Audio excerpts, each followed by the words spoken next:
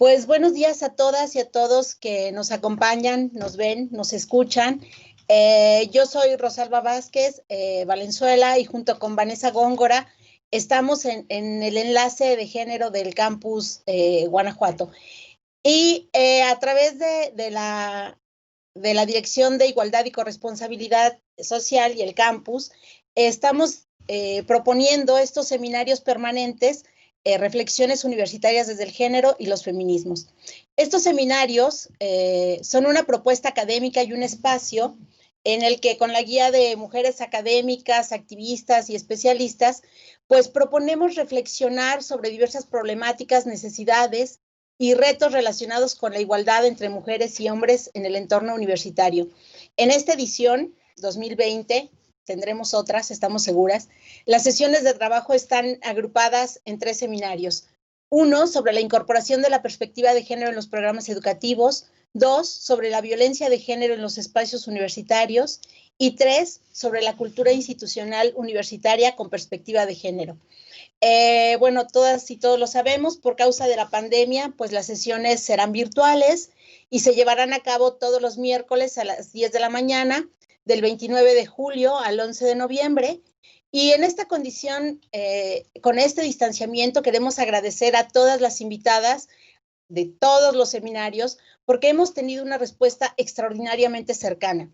Las invitadas, sin dudarlo, estuvieron dispuestas a acompañarnos y accedieron a colocar sus piensos y sus sentires en el espacio universitario para hablar de la igualdad desde el espacio, los espacios y la experiencia de las universidades.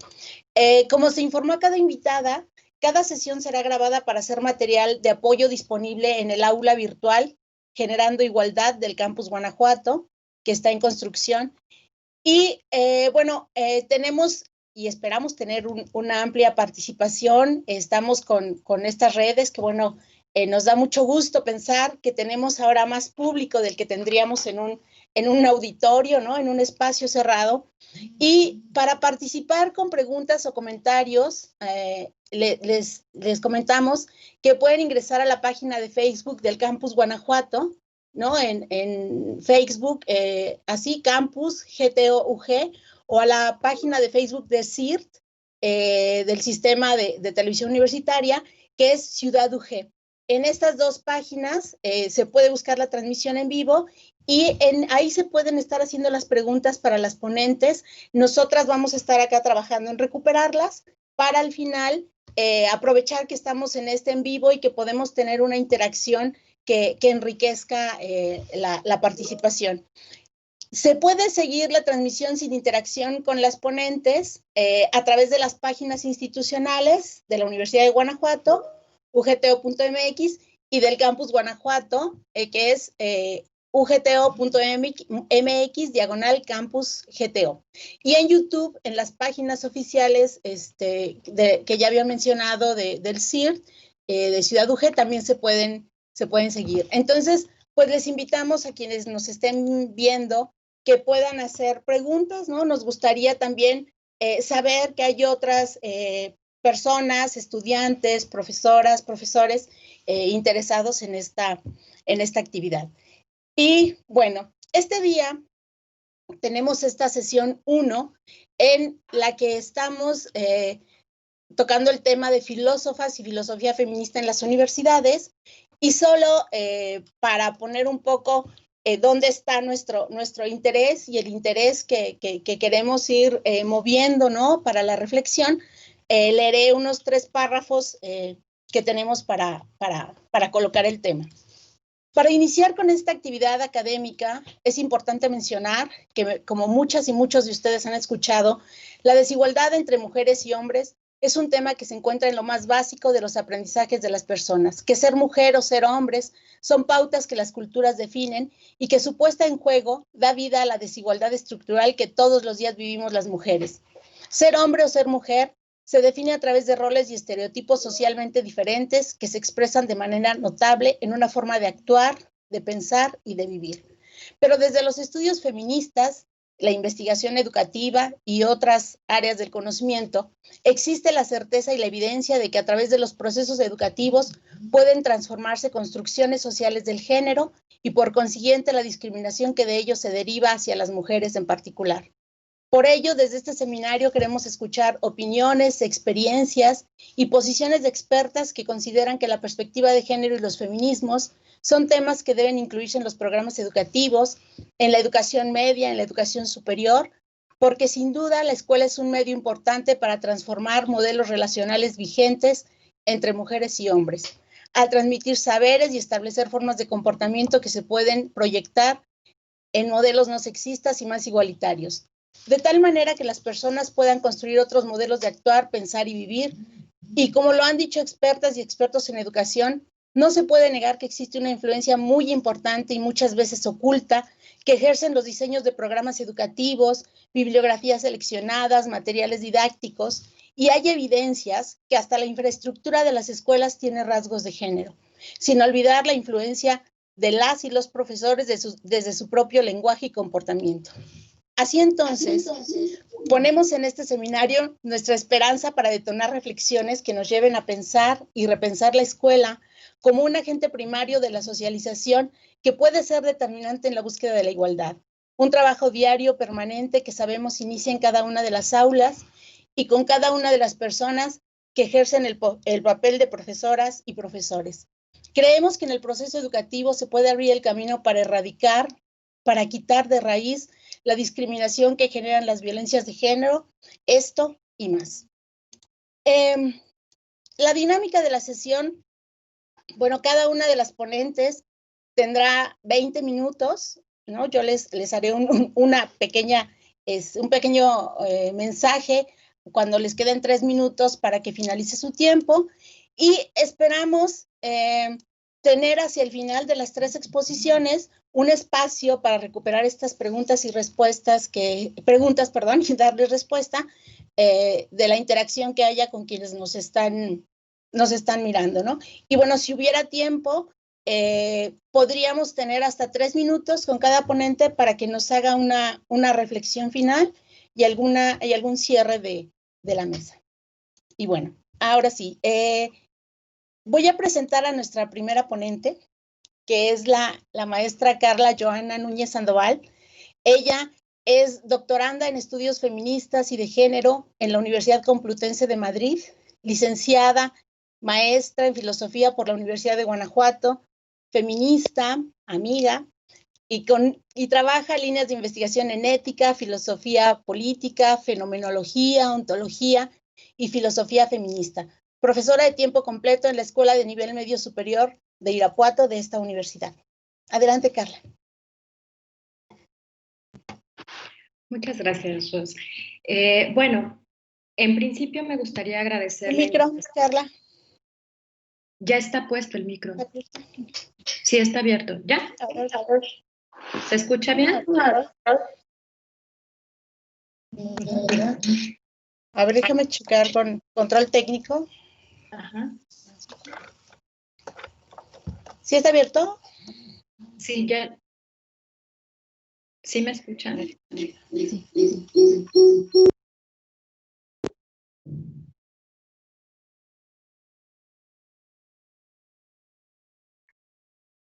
Bueno, listo. ¿Ya comienzo? Sí, adelante, perdón. Ok, gracias. Bueno, nada, decía que en principio me gustaría mucho agradecer la invitación por parte de la doctora Vanessa y la maestra Rosalba, que, bueno, en efecto, además de todo, son amigas. Y por otro lado, estoy súper contenta de estar en una mesa donde están mis amigas, mis referentes, que son la doctora Lilian y la doctora Rubí de María, que por cierto, estaba pensando que fue en principios de 2015 donde estuvimos juntas justo presentando el libro de Rubí, el feminismo es un humanismo. Entonces estoy muy contenta de estar nuevamente aquí con ustedes, compartiendo esta mesa y bueno, compartiendo también estas reflexiones que, bueno, quisiera decir que, y como alguna vez se lo escuché a Francesca Gargallo, estas reflexiones están escritas, sentipensadas, desde mi condición de mujer, feminista y profesora de filosofía. Entonces me gustaría como que quedara un poco asentado, pues, que está escrito y está pensado desde mi situación particular. Y bueno, voy a empezar con una cita de Celia Amorós. Pues si somos capaces de pasar como sobre ascuas, sobre el propio discurso que teórica y prácticamente nos discrimina, sin habernos visto nunca llevadas a poner nada en cuestión, esa misma capacidad de asumir indiscriminada y esquizofrénicamente el discurso del otro no debería poner en cuestión, nos debería de poner en cuestión a nosotras mismas como investigadoras y profesoras de filosofía. Bien, comienzo. La importancia de la filosofía feminista en los programas de estudio de filosofía en las universidades deviene de la propia caracterización del feminismo como filosofía. Y es que en estricto sentido, el feminismo es filosofía porque es eminentemente crítico y permite la reflexión sobre un estado de cosas, el orden patriarcal del saber o bien la sexuación del saber. Aunque el feminismo es también, y no por ello es excluyente de lo que he dicho ya, un movimiento de lucha política de reivindicación y emancipación de las mujeres. Para seguir con la idea de crítica, aquí entendemos crítica, sobre todo en el sentido de Celia Amorós y de Neus Campillo. Por la primera, como apelación al buen sentido, como lo señaló en su día Mary Wollstonecraft, y por la segunda, como se entiende desde Kant, es decir, una concepción de la razón que implica una teoría de la racionalidad. Crítica, dice Neus Campillo, es el proyecto de la razón que mide y traza límites mediante principios, no mediante hechos ni propiedades. Lo importante para esta filósofa es situarlo en la discusión teórico-práctica que apunta sobre la identificación entre razón y voluntad, que generan la condición de posibilidad de la emancipación a través de la autorreflexión. Es decir, la realización de la reflexión en el plano cognitivo es un acto emancipatorio. Aunado al interés, será, desde su perspectiva, el hilo conductor que permite eliminar cualquier predeterminación en nombre de la razón. La razón se convertirá en tema central de la modernidad. Desde Descartes, hablamos de la razón y además en el siglo XVIII será esta desde donde se configure la sociedad y el Estado. Recordemos que para la Ilustración y para el idealismo alemán, el Estado es una manifestación de la razón. Esto nos lleva a pensar, junto con Campillo, en la crítica de la crítica, o bien cuestionar los límites de la razón, someterla a examen. De lo cual se ha desprendido, por ejemplo, la crítica a la razón dogmática que realiza la Escuela de Frankfurt, entendida como razón instrumental. Así como, y la que nos interesa más para los fines de esta discusión, la razón patriarcal, como la ha llamado Celia Amorós en su libro Crítica de la razón patriarcal. De tal manera que con esta mirada habría que dotar de sentido y autoclarificar el quehacer de la razón, ya no como instrumental ni patriarcal, ejercicio que solo se puede alcanzar a través de la razón misma. De tal manera que el pensamiento crítico posibilita la transformación social y eliminación de la lógica de dominio que se gestó en la modernidad. Hago aquí una aclaración de por qué hablar desde la modernidad. Y es que, como señala Celia Amorós, es ahí donde se erige a un sujeto racional, autónomo y libre con pretensiones universales.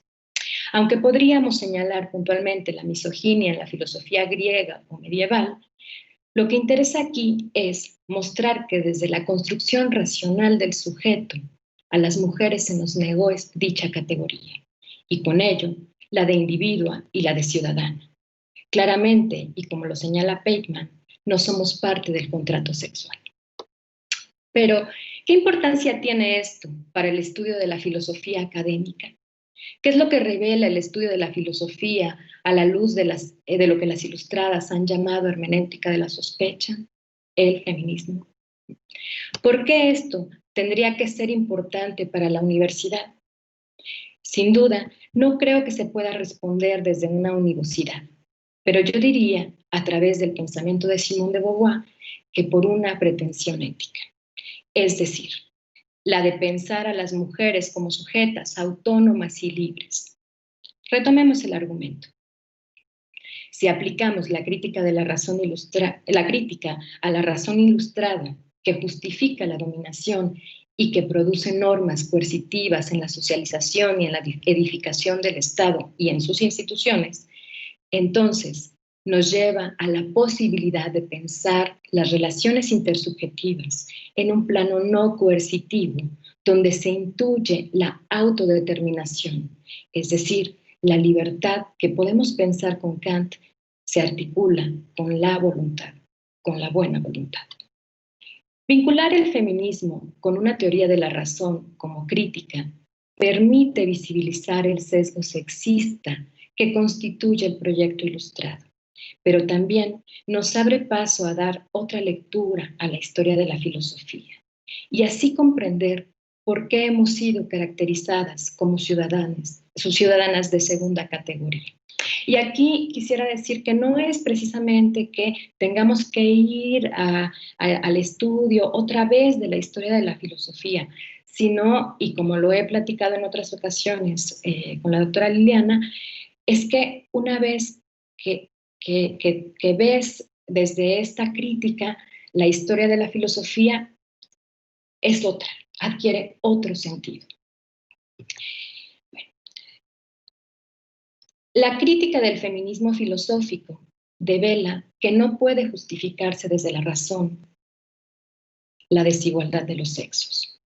No se puede justificar dejar a la mitad de la humanidad en la minoría de edad.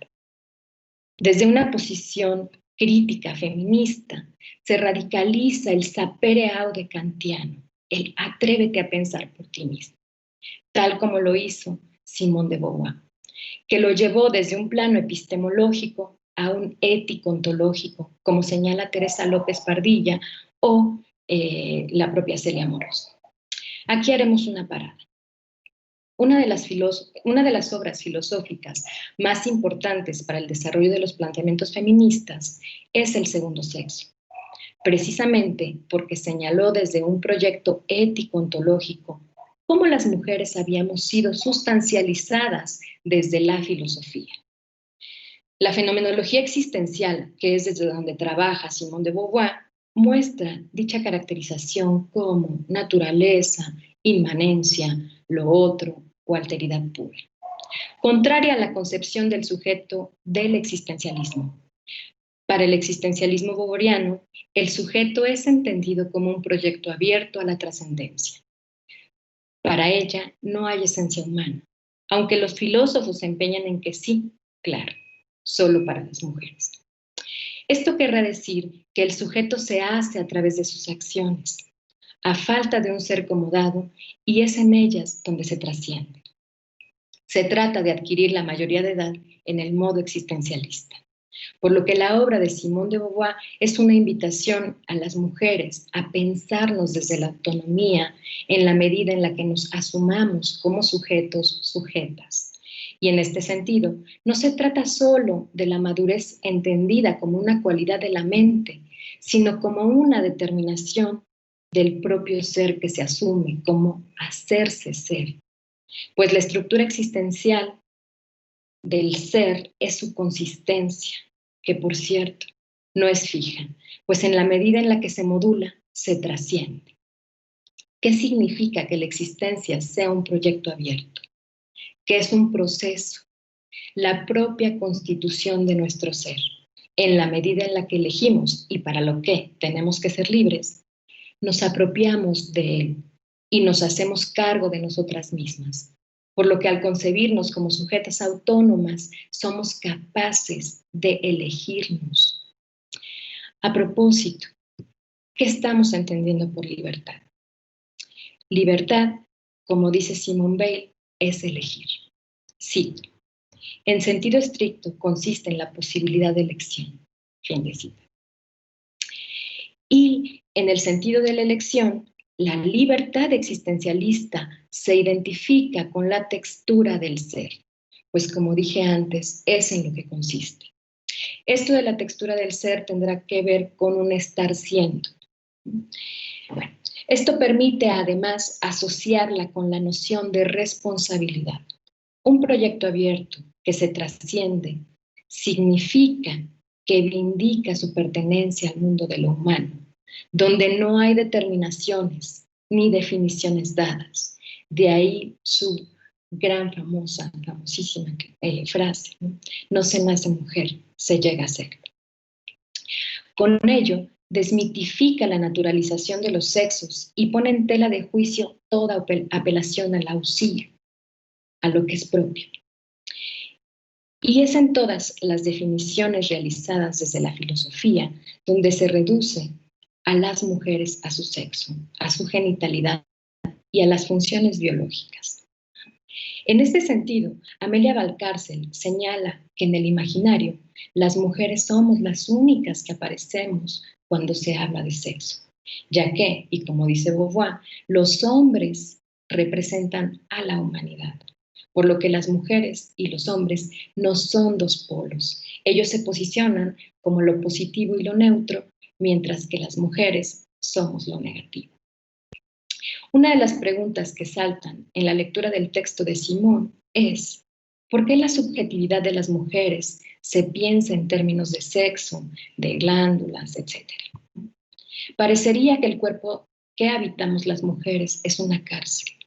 Y aquí habitar lo entiendo como existencia y como la condición de posibilidad donde se desplazan las vivencias en el mundo.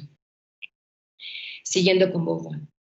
Podríamos pensar entonces que la humanidad es macho y que en él el hombre define a las mujeres con relación a él y no a ella en sí misma. Le niega la trascendencia y la condena a la inmanencia, de tal manera que será siempre lo inesencial, mientras él se presenta como lo esencial. Ella es lo otro, y él se erige como el único y exclusivo sujeto. Sin embargo, la filósofa cuestiona este proyecto proyectado de la filosofía y se pregunta por qué las mujeres no nos reconocemos como sujetos. El que las mujeres no asumamos nuestra subjetividad como proyecto que se trasciende nos pondrá o en una posición de frustración o de mala fe. La primera de ellas, dice, se genera cuando la caída en la inmanencia es infringida. Y la segunda es que aun cuando se tiene conciencia de la opresión, no se retorna de lo inesencial a lo esencial. Y aquí me gustaría hacer una precisión. En el análisis que hace Simone de Beauvoir, este análisis lo va a presentar desde la experiencia vivida de las mujeres y desde ahí plantea que somos seres en situación.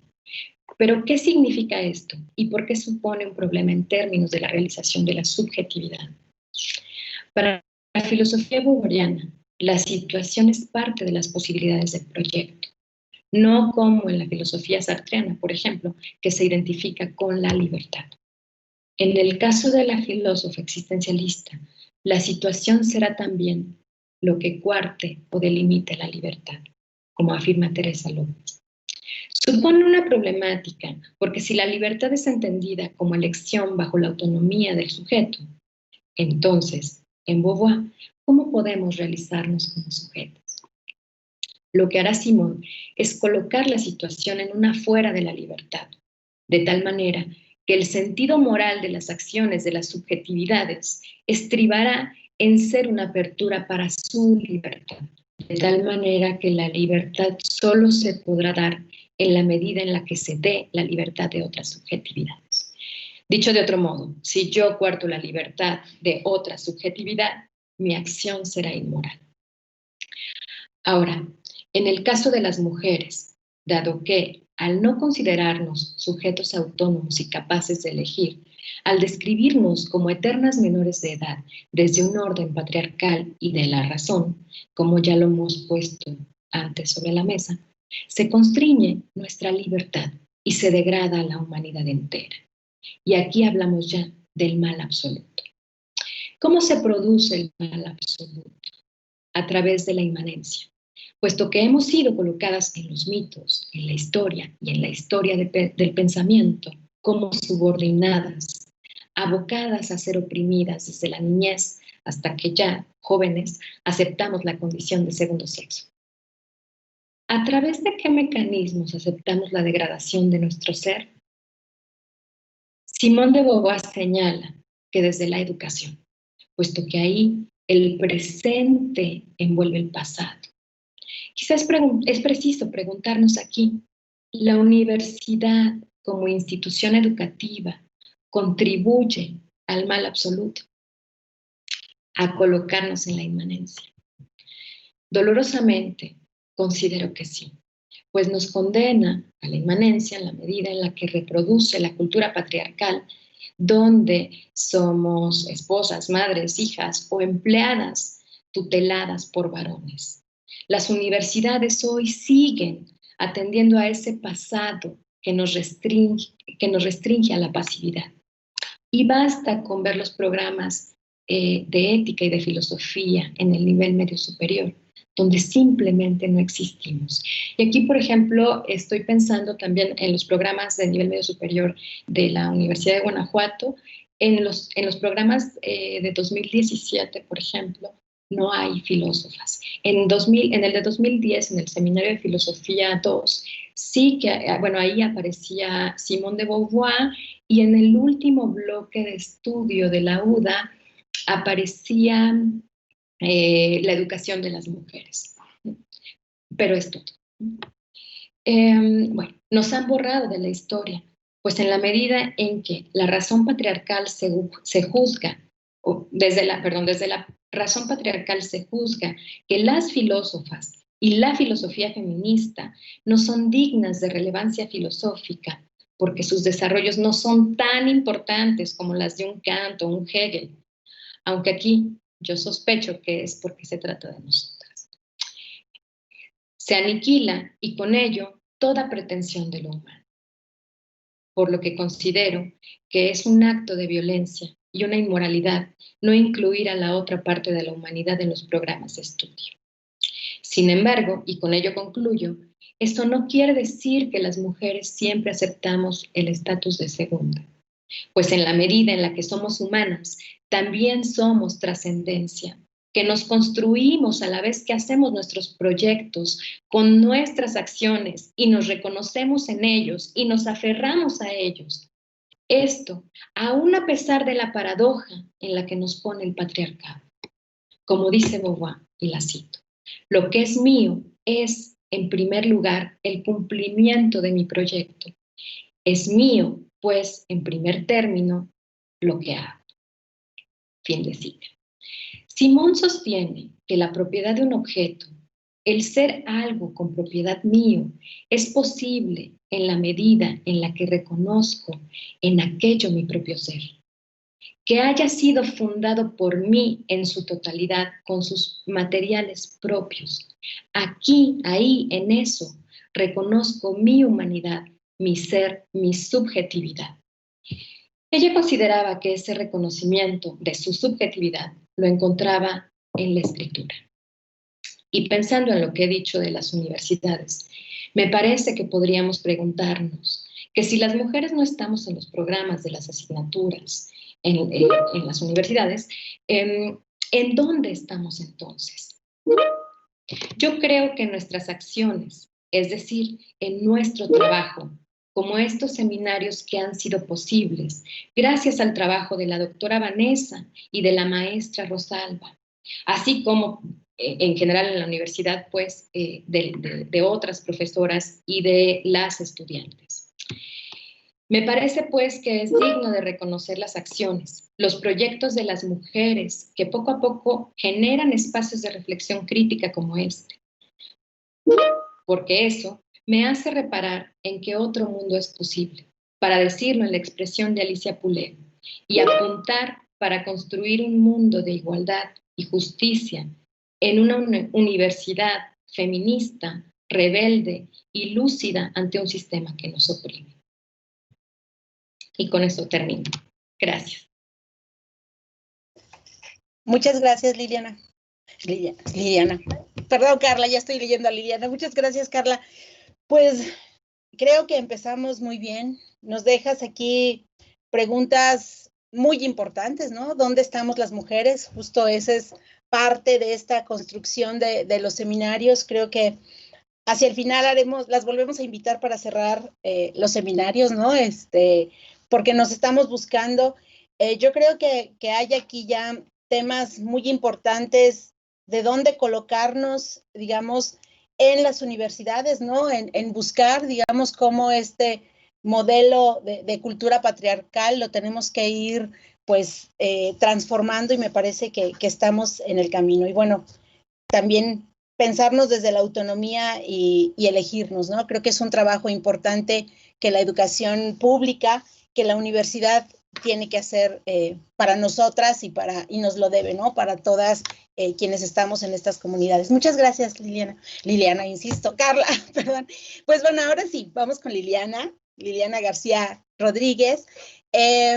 Liliana es doctora en filosofía por la Universidad Nacional Autónoma de México, profesora del Departamento de Filosofía de la Universidad de Guanajuato, feminista, ¿no? Con líneas de investigación en estética y filosofía del arte, con estudios de cine y violencia contra las mujeres, y pertenece al Sistema Nacional de Investigadores.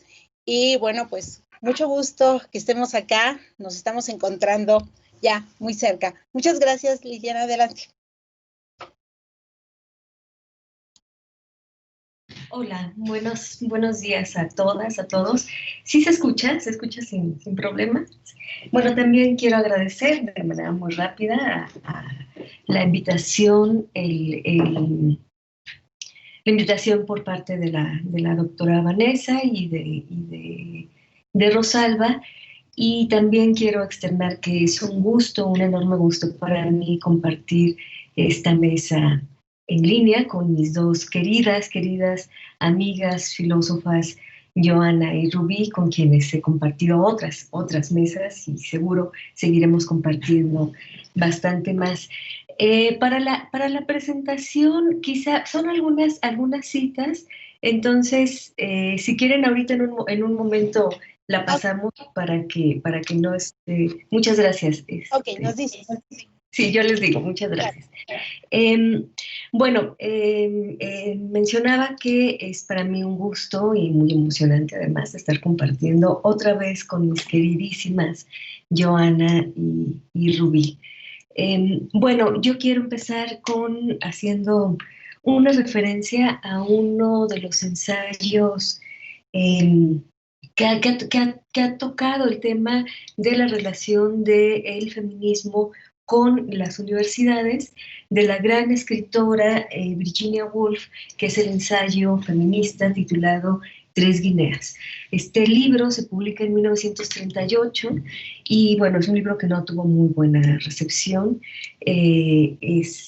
La mayoría de sus amigos sintió vergüenza, se sintió avergonzado por la publicación de este libro, y algunos lo calificaron de tonto, ¿no? De silly, es el término en inglés, y en general la crítica lo recibió con un silencio significativo. Se trata de un ensayo en el que se sostiene una postura pacifista en una temporada de entreguerras. Es 1938, plena guerra civil española, y ante la amenaza del fascismo, resultaba casi inoportuno, ¿no? Tener una pronunciación en contra de la guerra, pues parecía la única vía posible y viable para detener las fuerzas de Hitler. Virginia Woolf, hay que decirlo, no fue la única en declararse en contra de la guerra. Prominentes pensadores como Bernard Russell o Aldous Huxley también lo hicieron, pero ellos fueron denominados como utópicos, no de tontos. La pregunta sería ¿por qué? ¿Por qué el ensayo, por qué el texto de Virginia Woolf, Tres Guineas, fue calificado de esa manera? ¿Qué hay de diferente entre lo que escribe ella y los pronunciamientos de estos dos otros grandes pensadores. Ahora sí podemos ir a la presentación. Quiero que leamos, quiero compartir con ustedes una cita de Susan Sontag en su ensayo Ante el dolor de los demás, en el que habla de 3 guineas. Es la siguiente diapositiva, esa mera. Dice, 3 guineas de Woolf, publicado hacia el final de casi 2 decenios de plañideras denuncias de la guerra, propuso un original enfoque, lo cual lo convirtió en el menos bien recibido de todos sus libros, sobre algo que se tenía por demasiado evidente o inoportuno para ser mencionado y mucho menos cavilado: que la guerra es un juego de hombres, que la máquina de matar tiene sexo y es masculino. Esto es lo que nos dice Susan Sontag respecto de 3 guineas, ¿no? El detonante del libro de 3 guineas es una carta que le envía a Virginia Woolf, a un abogado respetable, que le pregunta en lo que se convierte el leitmotiv de todo el ensayo. La pregunta es, ¿cómo podemos evitar la guerra? Y a partir de esta pregunta, que espera una respuesta y un eventual diálogo, la escritora realiza uno de los ejercicios feministas por excelencia. Desmonta, sospecha, vuelve a preguntar, y se pregunta sobre todo por las condiciones de posibilidad de un diálogo y el alcance de un diálogo entre 2 conjuntos de personas distantes, 2 conjuntos distantes de personas. Cito, y vamos a ver la siguiente diapositiva. Esta es una cita de 3 guineas a propósito de lo que Virginia Woolf le dice a ese abogado prominente. Le dice, su clase posee por derecho propio y no a través del matrimonio prácticamente todo el capital, todas las tierras, todos los tesoros y todos los cargos de Inglaterra. Nuestra clase no posee por derecho propio ni a través del matrimonio prácticamente ningún capital, ninguna tierra, ningún tesoro ni ningún cargo en Inglaterra. Que estas diferencias comportan diferencias muy considerables en la mente y en el cuerpo es algo que ningún psicólogo o biólogo negará, de lo cual parece deducirse como un hecho indiscutible que nosotras, y ella misma señala nosotras, entendido por nosotras, una unidad formada por cuerpo, cerebro y espíritu, incluida por el recuerdo y la tradición, debemos seguir siendo diferentes de ustedes, cuyo cuerpo, cerebro y espíritu han sido educados de manera distinta y están incluidos de manera distinta por el recuerdo y la tradición. Pese a que vemos el mismo mundo, lo vemos con ojos distintos. La ayuda que podamos prestarles será diferente a la ayuda que ustedes se prestan a sí mismos y quizá el valor de esa ayuda radique en esa diferencia. Hasta aquí la cita de Virginia Woolf. Yo quisiera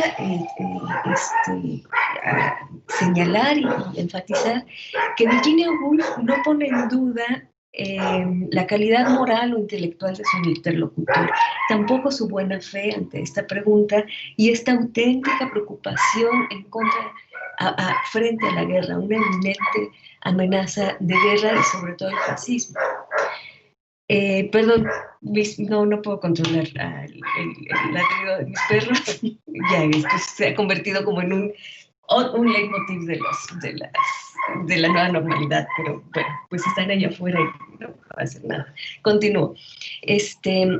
Regreso. Bueno, Virginia Woolf no está poniendo en duda la calidad moral o intelectual de este interlocutor, este prominente abogado que con mucha sinceridad e incluso buena fe está preguntándole a ese nosotras, a ese otro conjunto de personas cómo evitar la guerra, ¿no? Virginia Woolf no está poniendo en duda ninguna calidad moral, sino que está reparando en que una voz representativa de la vida pública, como la de este señor, una voz con formación universitaria y con un empleo en el ámbito jurídico, le pregunte a ella cómo evitar la guerra. ¿Qué podría decir esta voz, la de Virginia Woolf, a la que se le ha regateado tanto una sonoridad significativa. Además de que el voto se le concedió en Inglaterra, se aprobó en Inglaterra apenas 20 años antes de la publicación de Tres Guineas, ella hace un recuento de que el acceso de las mujeres a las universidades y al ámbito laboral ha tenido grandes dificultades. Es natural que la escritora se sienta alejada de la problemática de la guerra, porque lo estaba, ella y todo el conjunto de nosotras. Ahora quiero ir hacia las universidades. Una vez que hemos señalado esta distancia que hay entre estos dos conjuntos de personas, ¿no? No, todavía no. Ay, es que ya estoy. Sí, estamos en esa misma diapositiva o las quitamos y como ustedes quieran. Bueno, el libro está apuntando cómo, hace también un recuento de cómo, una vez admitidas las mujeres en las universidades, ella está señalando un caso o algunas de las muchas problemáticas de las dificultades del acceso de las mujeres a la vida universitaria, como las mujeres, una vez admitidas, muy pocos lugares para ellas, en 1938 en Inglaterra, no se les permitía, por ejemplo, una cosa como la siguiente: tras aprobar todos los exámenes, no podían anunciar su formación añadiendo tras sus apellidos, por ejemplo, las letras BA, que es como el equivalente a la licenciatura en Filosofía y Letras. Este derecho fue sometido a votos y fue derrotado por una aplastante mayoría. Fueron 1.707 votos en contra de 661. Las mujeres entonces podían recibir instrucción universitaria, pero no podían contender a un trabajo. Ya más adelante, una vez que se aceptó el título de las mujeres, las universidades restringieron las contrataciones para mujeres. Virginia Woolf anota, documenta e ironiza en este libro a propósito de un orden masculino en las universidades y se pregunta si este no es el mismo orden que sostiene la guerra. Vamos a la siguiente diapositiva. Se pregunta: ¿acaso no queda demostrado que la educación, la mejor educación del mundo, no enseña a aborrecer la fuerza, sino a utilizarla? ¿No ha quedado demostrado que la educación, lejos de enseñar a los instruidos la generosidad y la magnanimidad, crea en ellos, por el contrario, tales ansias de conservar sus posesiones, la grandeza y el poder, de que habla el poeta, en sus propias manos, que no emplearían la fuerza, sino medios más sutiles que la fuerza cuando se les pida que las compartan? ¿Y acaso la fuerza y el deseo de posesión no está íntimamente relacionado con la guerra? ¿De qué sirve, pues, la educación universitaria a la hora de influir en la gente para evitar la guerra? Si ayudamos a que la hija, nos dice más adelante, de un hombre instruido vaya a Cambridge, ¿acaso no la obligamos a pensar no en la educación, sino en la guerra? No en cómo puede emprender, sino en cómo puede luchar para obtener las mismas ventajas que sus hermanos. Más aún, puesto que las hijas de los hombres instruidos no son miembros de la Universidad de Cambridge, carecen de voz en lo referente a dicha educación, por lo tanto, ¿cómo pueden modificar dicha educación aún en el caso de que se los pidamos? Hasta aquí la cita y podemos salir de la presentación.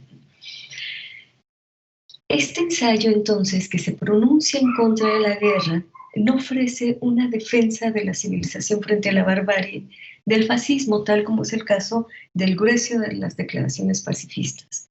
En su lugar, se pregunta si acaso existe una continuidad del grueso, del orden, en el orden que sostiene al fascismo y la formación universitaria.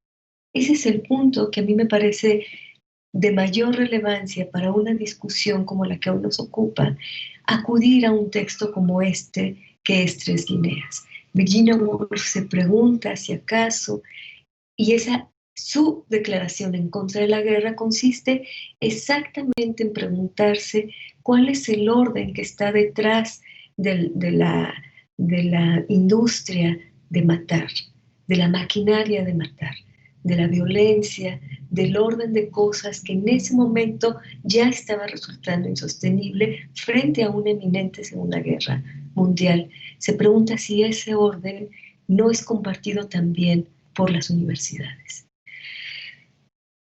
Se pregunta si acaso la formación universitaria no está al servicio de esa misma lógica bélica, y la respuesta que da es a todas luces afirmativa.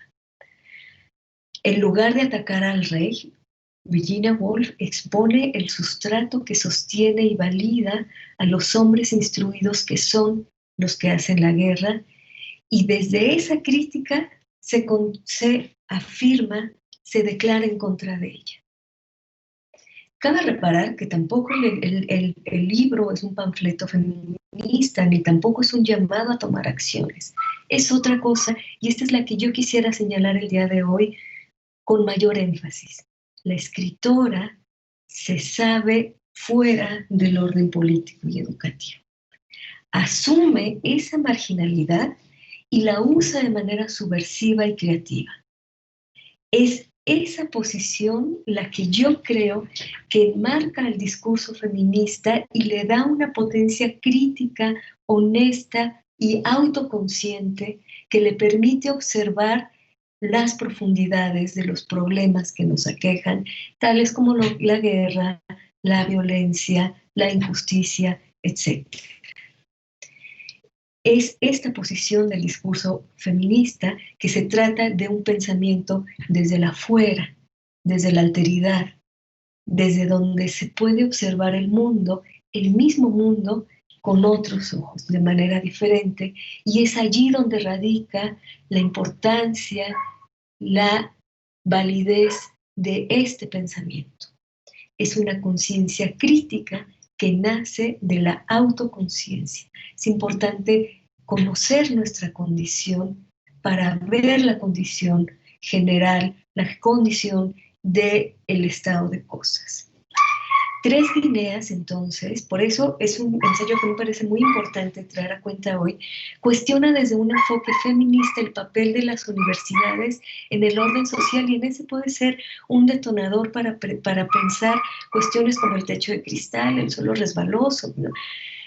Pero también para pensar cosas que están en el centro de las funciones de la corresponsabilidad social universitaria, el día de hoy puestas sobre la mesa por parte de un filósofo como François Vallée, ¿no? Preguntarnos, ¿son las instituciones las que aseguran la continuidad del estado de cosas o son impulsoras de una transformación social, de una convivencia humana en pie de igualdad, con justicia y con paz? Virginia Woolf aporta estas valiosas pistas al respecto, y a partir de ese ensayo podemos observar qué pasa en nuestras latitudes. Pensar, por ejemplo, algunas cosas que nos pueden dar, algunas cosas de nuestra universidad, de la Universidad de Guanajuato. Podemos ir a la última ficha de la presentación. Bueno, allí yo recuperé algunos de los datos que encontré en un artículo que se llama «Crece el número de mujeres involucradas en la ciencia en la Universidad de Guanajuato». Allí, que se publicó el 20 de febrero de este mismo año, la Dirección de Apoyo a la Investigación y al Posgrado de esta universidad arroja las siguientes cifras. El personal docente de la Universidad de Guanajuato está integrado en un 51% de mujeres. Y respecto a los profesores de tiempo completo, la cifra es alrededor de un 31% de profesoras. El Sistema Nacional de Investigadores, los profesores y profesoras, investigadores e investigadoras de la Universidad de Guanajuato, en total tienen a 590 en el Sistema Nacional de Investigadores, de los cuales 176 son mujeres. Y la Academia Mexicana de la Ciencia, tal como están viendo en la diapositiva, cuenta con 22 integrantes de la Universidad de Guanajuato, 5 de las cuales son mujeres. Por otro lado, en la comunidad estudiantil, de un total de 43.261 estudiantes, el 50% son mujeres. Y durante el último verano de la ciencia, 6 de cada 10 participantes fueron alumnas. Como nota adicional, en México, las mujeres representan el 37% de la comunidad científica, integrada por alrededor de 30.000 investigadores. Bueno, ahí están los datos, ahí están las cifras actuales, publicadas en febrero de este año por la Dirección de Apoyo a Investigación y al Posgrado. Podemos salir ya de la presentación, esa es la última ficha. Bueno, es claro e innegable que existe una brecha laboral y de desarrollo científico, ¿no? La pregunta natural es, ante estos datos, ¿por qué si la mitad de la población universitaria la constituyen mujeres, ellas alcanzan apenas el 31% de los trabajos de tiempo completo? ¿Por qué son una notable minoría en el desarrollo de investigación científica? Queda claro que no podemos permitirnos una respuesta simple, ¿no? No podemos permitirnos responder por, no sé, una sola cosa, ¿no? El problema es complejo y dispara diversas, coloridas aristas, ¿no? Y se ensancha una situación que enmarca el ser de la mujer, a la cual quiero seguir en un momento, ¿no? Pero antes de seguir con eso, quisiera decir y enfatizar que estas cifras tampoco nos deben cegar ante los cambios importantes respecto del estado de cosas narrado por Virginia Woolf. Ahora, y eso no debemos perderlo de vista, nosotras tenemos acceso a la formación universitaria, al título, al trabajo. Es fundamental en este sentido reconocer a nuestras predecesoras, ¿no? A esas mujeres que lucharon desde diversas trincheras para que nosotras hoy podamos nombrarnos como un conjunto que es de nosotras, que sí posee derecho a la propiedad y a la educación. Reconocer y conocer a nuestra genealogía, pensar con las filósofas, las artistas, las científicas, es sumamente importante en este avance en el que estamos y no desestimar ni un solo paso dado. Alguna vez una feminista, amiga querida, que escucharán más adelante, me dijo: Liliana, a nosotras nos tocó que aparecieran en la letra de muchos de la Constitución, de las universidades, por ejemplo, la palabra acoso. Nos tocó ese trabajo. A las siguientes generaciones les toca llevarlo a la práctica, les toca hacerlo valer. Por eso creo que, a pesar de que las cifras muestran con mucha claridad que existe una brecha, no podemos desestimar que estamos en un camino. Desestimar nuestra genealogía y reconocer a esas grandes mujeres que nos preceden, que nos acompañan y espacios como este, ¿no?, propuestos por nuestras compañeras Vanessa, Rosalba, la doctora Teresita, espacios que yo creo que debemos abrazar con furia y con ternura al mismo tiempo. Bueno, pero al tiempo que es preciso reconocer aquellos órdenes en el que reconocer esto que acabo de decir, también es preciso reconocer que hay muchos en que el avance es mucho más dubitativo y amenaza incluso con una deshumanización alarmante de las mujeres. En este sentido, son también las filósofas feministas que han pensado antes que nosotras estos problemas, con las que podemos hacer y tejer un ejercicio reflexivo, crítico y filosófico. No podré ahora desarrollar alguno de esos aspectos en que la situación de la mujer es alarmante, pero están allí y los vemos día con día. Me refiero al hecho de que cada 18 segundos una mujer es violentada sexualmente, que cada 2 horas una mujer es asesinada en este país, me refiero a la prostitución, a la trata de blancas, ¿no? Solo me limitaré a nombrar la imagen, es decir, ante estas problemáticas, me limitaré solo a señalar alguna pista que también encontramos dentro de filósofas feministas, ¿no? Que tiene que ver con esta imagen de la mujer, que es una imagen deshumanizada en el orden de lo simbólico. La mujer reducida a objeto, depositario de las necesidades masculinas, como el deseo sexual, los cuidados de la higiene, la alimentación, la afectividad, etc. Entendida la mujer como un ser para el otro, tal como desentraña Simone de Beauvoir en El segundo sexo, y como Johanna ha anotado en su ponencia anterior, ¿no?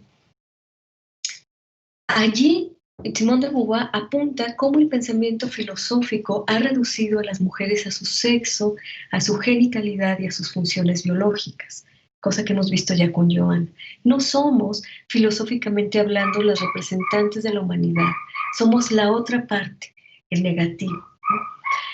Siguiendo con el argumento de Beauvoir, encontramos que si el pensamiento y la vida cotidiana posiciona a las mujeres como seres de segunda categoría, la pregunta natural entonces es, ¿cómo fue que aceptamos esta situación?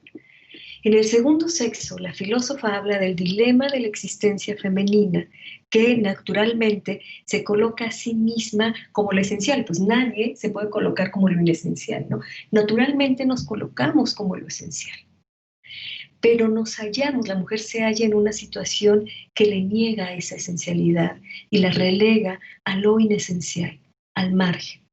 Cito a Simone de Beauvoir, ¿cómo se resuelve la mujer joven a convertirse en lo inesencial? Si no puedo realizarme sino en tanto que otro, ¿cómo renunciar a mi yo? Este es el angustioso dilema, dice Simone de Beauvoir, fin de la cita.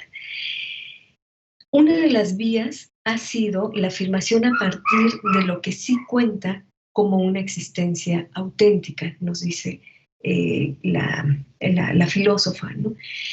Y que esa que sí cuenta es la otra mitad de la humanidad, ¿no? Bueno, este dilema no puede afirmarse sino en tanto que otro encuentra una vía posible de ensanchamiento y renovación, primero de la existencia, ¿no? Simone de Beauvoir aquí está señalando cómo nuestro dilema existencial justo resuelve afirmarse a partir de la mirada masculina, a partir de la validación masculina, y quizá eso nos puede dar una pista para pensar estas problemáticas de deshumanización de las mujeres. Pero también me parece a mí, y con esto cierro, es importantísimo saber pensar y reflexionar en conjunto en que esa no es la única vía, en que esa no es la única vía posible, que podemos afirmarnos a partir de este pensamiento consciente de estar al margen, que apuesta por sí misma, que apuesta por elegirse, y esta apuesta por nosotras incluye la lectura, el conocimiento, la reflexión de nuestras antecesoras, que son las filósofas feministas. Bueno, muchas gracias y yo con esto termino. Muchas gracias, Liliana. Pues creo que nos dejas también aquí, reflexiones muy importantes, pensarnos, ¿no? Me parece que esta forma de mirar cuánto se ha movido la situación de las mujeres desde esta perspectiva, ¿no? Que plantea Virginia Woolf. Nos preguntamos ahora, ¿estamos todavía en esta circunstancia, no? Las mujeres en la universidad, ¿cuántas nos miramos en estas formas, digamos, en que efectivamente tenemos que luchar con algunos modelos? Y bueno, creo que el camino, tal como ella lo hizo y lo acabas de explicar muy bien, pues es desmontar, ¿no? Creo que aquí es donde tenemos que ir, y yo estoy de acuerdo contigo, estamos en el camino, hay que reconocernos, hay que encontrarnos y hay que hacer este trabajo para que estemos y continuemos esta lucha del ser y el estar de las mujeres, ¿no? Que es lo que nos mueve y nos ha movido, pues ya desde hace algún tiempo. Muchas gracias, Liliana. Pues ahora tenemos con nosotras a la doctora Rubí de María Gómez Campos. Ella es doctora en filosofía por la Universidad Michoacana y máster en Género y Derecho por la Universidad Autónoma de Barcelona, profesora investigadora y coordinadora del Centro Interdisciplinario de Estudios de la Mujer, también en la misma universidad, autora de El feminismo es un humanismo y el sentido de sí, un ensayo sobre feminismo y filosofía de la cultura en México, condecorada como la Mujer Michoacana 2019, Premio Hormila Galindo y Premio Internacional de Ensayo en revista Nueva Sociedad, y también pertenece al Sistema Nacional de Investigadores y, de investigadoras también. Estamos muy contentas de tenerlas con nosotros. Adelante, doctora. Muchas gracias. Quiero, para comenzar, agradecer esta invitación. Es un honor para mí y sobre todo, igual que mis compañeras, compartir con ellas esta mesa. Pero también quisiera agradecer a las autoridades de la universidad. Me parece que es muy importante el respaldo que este tipo de actividades tienen, y a las organizadoras, esta extraordinaria organización que han tenido para este evento. Me parece que es algo digno de reconocimiento. Ojalá que todas las universidades hicieran lo mismo. Y bien, bueno, pues yo quisiera platicar con ustedes acerca del tema del conocimiento feminista y filosófico. Voy a hacer un recuento muy breve por el tiempo entre los temas de la desigualdad como el tema central del análisis de la realidad. Me voy a acercar también en un segundo momento a la teoría feminista como método. Después quisiera abordar un poco el tema de la filosofía como tradición dialógica, y comentar un poquito también acerca del carácter racional de la filosofía. Y por último, de manera muy, muy breve, retomar el tema de las filósofas y cómo ellas problematizan su experiencia. Y bueno, comienzo. La opresión y la discriminación en todas sus variantes es un tema del que se ocupan desde hace mucho tiempo las ciencias sociales y las humanidades. Para muchos sectores, incluida la infancia, la diversidad sexual y las mujeres, la desigualdad sexual, la discriminación de clase o etnia, la exclusión y con ello la imposibilidad del ejercicio de la palabra son parte del horizonte cultural al que nos hemos acostumbrado durante mucho tiempo, pero que hoy ya casi nadie está dispuesto a tolerar. Los derechos humanos, que fueron concebidos en el siglo XVIII y asumidos universalmente a mediados del XX, han consolidado nuevas formas de relación social en las que la justicia y el respeto a la dignidad se proponen y se utilizan como criterios básicos de definición del mundo humano. Esto ha significado que nuestro sentido de justicia se ha refinado. La excelencia en el trato interpersonal de las relaciones humanas ha entrado en juego en la vida social. En paralelo al desarrollo civilizatorio, esto es económico y político, que nos circunda y que a veces nos avasalla, hoy somos capaces de identificar agravios que ofenden y lastiman nuestra sensibilidad, aun cuando no seamos víctimas directas de dichos agravios. Cualquiera podemos darnos cuenta de lo inadecuado de afirmaciones que sostienen la supuesta inferioridad de las mujeres, salvo a veces probablemente quienes las profieren. Pero todas las personas conocemos a políticos y funcionarios públicos que han expresado afirmaciones misóginas.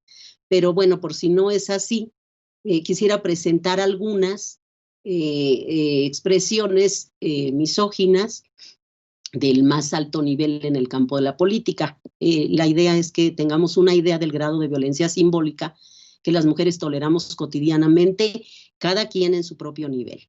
La primera es una afirmación del presidente de la República que dice: se quiere cambiar el rol de las mujeres y eso es una de las causas justas del feminismo. Pero la tradición en México es que las hijas son las que más, no alcanzo a ver, creo que tiene que ver con la ubicación del micrófono. No puedo verlo, pero voy a leer. Las que más cuidan a los padres. Las que más cuidan a los padres. Bueno, la que sigue es una imagen de Martín Vizcarra, que es presidente de Perú, y dice: nos sentimos muy apenados por el feminicidio de Ibi Agreda, pero a veces esos son los designios de la vida y hay que aceptarlos. La siguiente imagen dice: no soy la señora de la casa, pero el kilo de tortilla debe andar en 7 u 8 pesos. Fue Enrique Peña Nieto, expresidente de México. La que sigue son palabras del presidente de Brasil, y dice: ella no merece ser violada porque es muy mala y muy fea. No es de mi gusto. Jamás la violaría. Yo no soy violador, pero si lo fuera no la iba a violar porque no lo merece. La siguiente gráfica es la del presidente de Chile, que dice: a veces no es solamente la voluntad de los hombres de abusar, sino la posición de las mujeres de ser abusadas. También tenemos las palabras del presidente de Venezuela, que dice: la mujer fue hecha para parir. A parir, pues, a parir. Todas las mujeres a tener 6 hijos, todas. Instruye. Una más es la del expresidente de Argentina, Mauricio Macri, que dice: a todas las mujeres les gusta que les digan un piropo. Aquellas que dicen que no, que se ofenden, no les creo nada. Y por último, son las palabras del presidente de Ecuador, Lenín Moreno, que dice: los hombres estamos sometidos permanentemente al peligro de que nos acusen de acoso. Estas imágenes nos dan pues una idea de lo que las mujeres tenemos que aguantar cotidianamente, decía yo, cada quien en su propio nivel. De manera significativa, tenemos que considerar que a veces son los mismos hechos que antes nos daban risa, o de los que compartíamos algo de indiferencia y los normalizábamos, son esos mismos hechos los que hoy nos alarman o nos simbran socialmente, como podemos ver en las manifestaciones públicas de rechazo al racismo en Estados Unidos, o ante las protestas generalizadas, casi siempre espontáneas, que se generan ante el maltrato animal. Estos cambios han ocurrido debido a procesos ideológicos de convicción personal y colectiva que son construidos desde la elaboración intelectual de una interpretación del mundo que se ajusta a los modelos económicos vigentes. Pero la elaboración de discursos críticos que cuestionan la injusticia de la discriminación son indudablemente efectos académicos de la búsqueda de la verdad y de producción de conocimiento que las universidades están obligadas a realizar. La función de las universidades, como sabemos, es proveer a la sociedad con los recursos intelectuales necesarios para el desarrollo social y cultural. En las universidades, el compromiso con la justicia, es decir, con el bien, con la verdad y la belleza, resulta irrenunciable. Como dice una de mis filósofas preferidas, la francesa Simone Weil. Esta idea la retoma de la filosofía de Platón. Cito: no puede haber verdad sin justicia. Eso no es verdadero conocimiento. Otra gran filósofa que se ocupa de analizar la política y precisamente esa forma de negación de la política que es el totalitarismo, Hannah Arendt, sostiene que lo único que pudo haber detenido o limitado de algún modo el Holocausto es una auténtica comprensión del mundo y de los otros. La cito: ni la pura reflexión, ni el simple sentimiento, sino solo un corazón comprensivo, nos hace soportable el vivir en un mundo común con otros que siempre son extraños y nos hace a sí mismos soportables para ellos. En fin, que las cosas han cambiado, podemos verlo hasta en los chistes. Chistes que generalmente son racistas, son sexistas, homófobos, ya que el humor patriarcal también lo es. Y sobre todo en los refranes que recogen la experiencia en forma de tradición lingüística y que hoy son sometidos a la prueba de la verdad de la sensibilidad humana. Sensibilidad que hoy se ha convertido en el eje de una relación social sana. Tenemos el ejemplo reciente de un funcionario electoral que habló de cena de negros y tuvo una serie de críticas muy fuertes. Pero a propósito de chistes, déjenme contarles que hace un par de años algunos compañeros universitarios compartieron un chiste misógino en un chat en el que teníamos con compañeras profesoras y todas ellas lo consideraron divertido. Yo fui la única que protestó porque creí que era mi obligación hacerlo. Y lo que les dije fue lo siguiente: Los chistes misóginos son de por sí estúpidos, como lo son los chistes racistas y clasistas, pero que circulen con naturalidad entre académicos universitarios es una barbaridad inadmisible en un contexto agudizado de violencia y asesinato contra mujeres. Muchos estados de la República sabemos que han sido declarados en alerta de violencia de género para las mujeres. Y al menos las y los profesores universitarios deberían saber lo que esto significa y a qué nos compromete como profesores. Sobre todo porque se supone que la mayor parte de las universidades están certificadas en igualdad de género. Pero en fin, la mayoría de las personas sabemos hoy del cuidado que debemos tener en el uso del lenguaje para no herir ni producir ofensas que inclusive en algunos casos ameritan sanción por parte del Estado. Estado que, por otra parte, debemos recordar que es responsable de cumplir los compromisos internacionales que fueron establecidos por la mayoría de los gobiernos en el marco del establecimiento de un orden de derechos humanos. Y recordemos también que las universidades públicas son parte del Estado, que el profesorado tiene las mismas responsabilidades que los servidores públicos y que los compromisos son lograr una sociedad más justa y menos discriminatoria. Sin embargo, esto sigue en el nivel de las ideologías, de los conceptos que solo rigen mentalmente nuestro comportamiento. Pero la conducta de los seres humanos tiene que ver más con prácticas, con el ejercicio concreto de un trato personal desde el que a veces nos traicionamos. A veces opinamos muy racionalmente respecto a la discriminación racial en Estados Unidos, pero no nos damos cuenta de cómo estamos reproduciendo en nuestro entorno esquemas discriminatorios en el trato interpersonal con las y con los otros. Para que la mayoría de los integrantes de la sociedad dejen de discriminar, de acosar, de inferiorizar, habrán de pasar varios años de práctica en los que la costumbre de denigrar al otro sea evidentemente obsoleta, inadecuada, inoportuna, ilegal y correlativamente sancionada. Y esto tiene que pasar necesariamente por el camino de las ideas, por el camino de las concepciones, de los valores, de la percepción de nosotras y nosotros mismos como seres humanos dignos y merecedores de respeto, es decir, de un grado de autoconciencia. Es decir, para superar el orden de discriminación, de injusticia y de desigualdad que conocemos, tenemos que realizar procesos de reflexión ética y política hasta alcanzar definiciones ontológicas y estéticas de nosotras y de nosotros mismos, así como de las maneras de acceder al mundo. Esto implica proyectar colectivamente el ser que nos sustenta y desplegar la sensibilidad que nos conecta con el mundo antes de permitirnos comprender la realidad.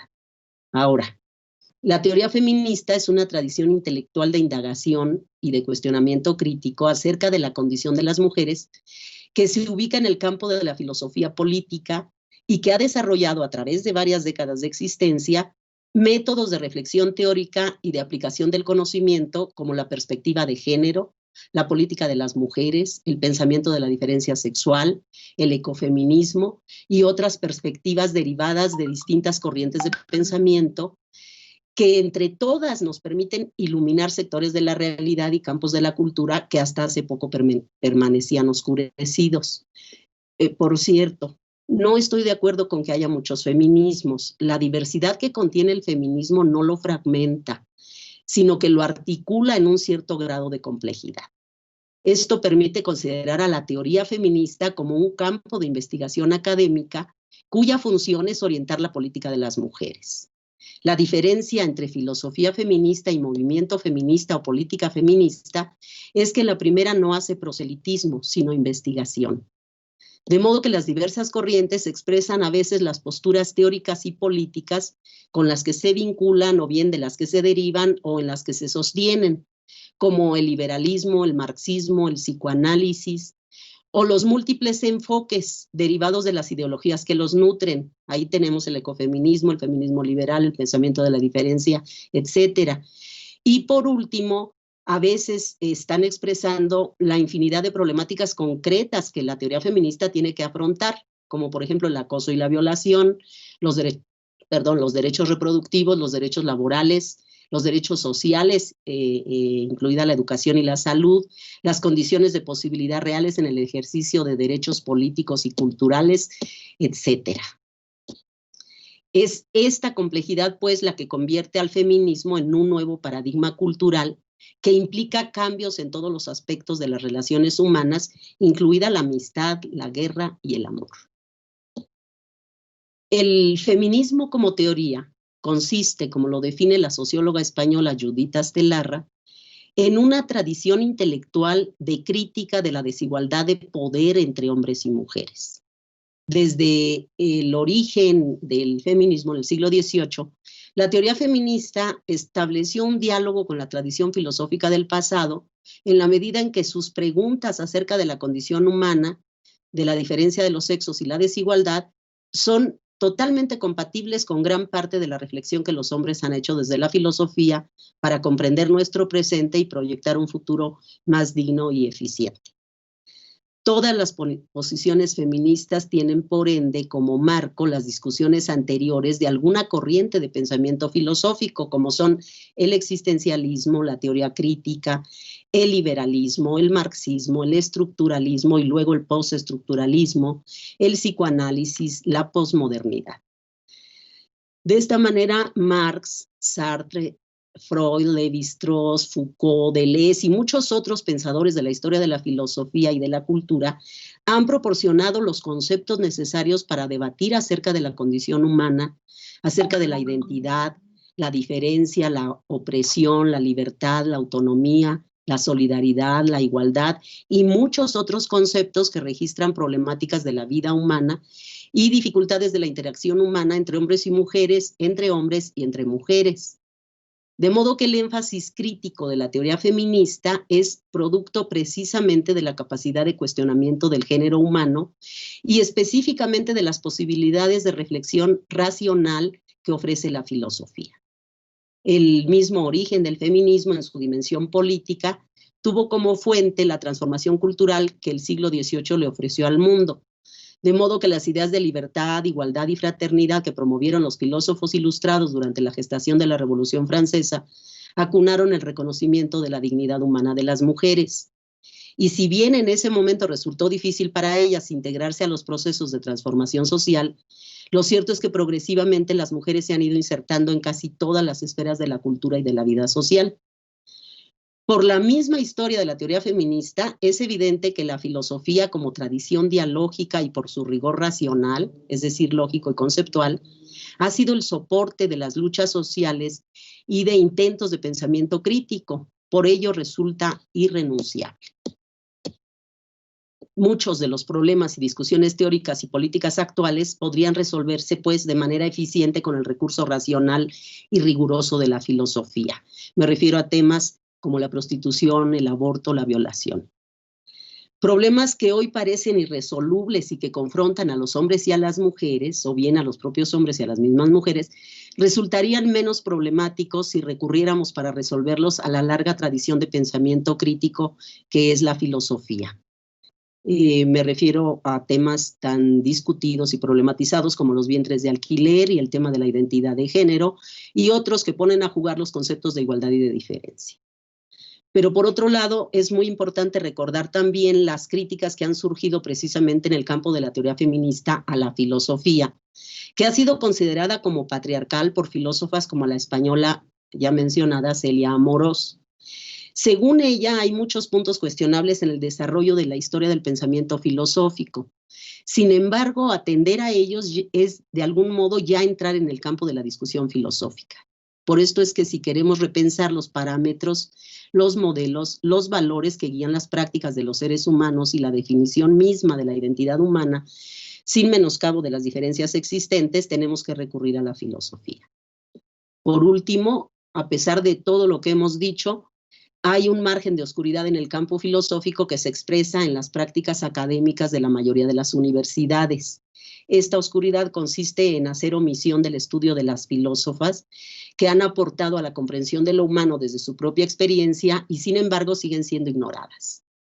El estudio de la filosofía todavía se reduce al análisis del pensamiento de aquellos sujetos que mantienen criterios de definición para la vida humana sin atender a la experiencia ni a la conciencia crítica de las mujeres.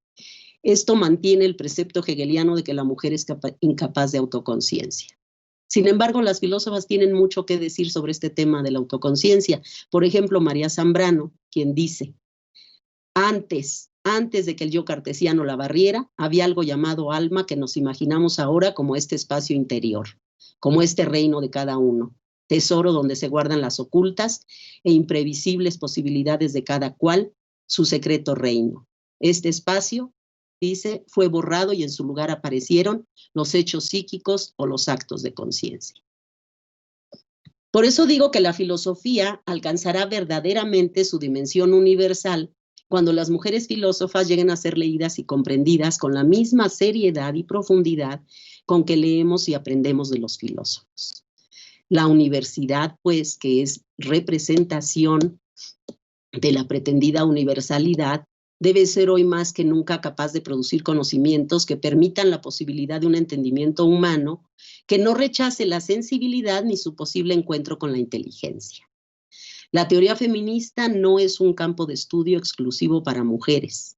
Es más bien un recurso imprescindible para enfrentar temas y problemas recurrentes entre hombres y mujeres, como ya lo he dicho, también entre hombres o bien entre mujeres, en cada espacio académico. Tenemos que recordar lo que dijera Marina Castañeda, que en una sociedad que es machista, todo mundo es machista, incluidas las mujeres, y todos resultamos víctimas del machismo, incluidos los hombres. La teoría feminista es capaz o ha sido capaz de construir una filosofía política capaz de transformar nuestra manera de mirar al mundo y de mirarnos a nosotras y a nosotros mismos con los recursos ideológicos de una sociedad más justa, más consciente de los límites y en compromiso claro con los ideales de libertad y de igualdad que la era de los derechos humanos propusiera. Por eso los valores democráticos a los que aspira nuestra sociedad no podrán ser satisfechos sin la participación plena de las mujeres en la vida universitaria. El compromiso social de las y de los universitarios con una sociedad necesitada, ávida de encontrar parámetros de actuación para establecer relaciones humanas menos peligrosas, más amigables y prometedoras para la expansión de la vida y de la creatividad humanas, nos obliga a introducir en el campo académico de todas las disciplinas universitarias, así como en todas sus prácticas, reflexiones filosóficas y feministas que nos permitan compartir ideales de vida y de relación con las y con los otros. Finalmente, la teoría feminista descubrió en el proceso de su propia emancipación claves de identificación de la libertad y de la opresión que podrían ser utilizadas en la demolición de otras formas de desigualdad. Como dijo Simone de Beauvoir desde 1949 en El segundo sexo, sobre la manera como se encadenan diversas prácticas de opresión, en este caso de clase, racial y sexual. La cito. Uno de los beneficios que la opresión asegura a los opresores es que el más humilde de ellos se siente superior. Un pobre blanco del sur de los Estados Unidos tiene el consuelo de decirse que no es un sucio negro. Los blancos más afortunados explotan hábilmente ese orgullo.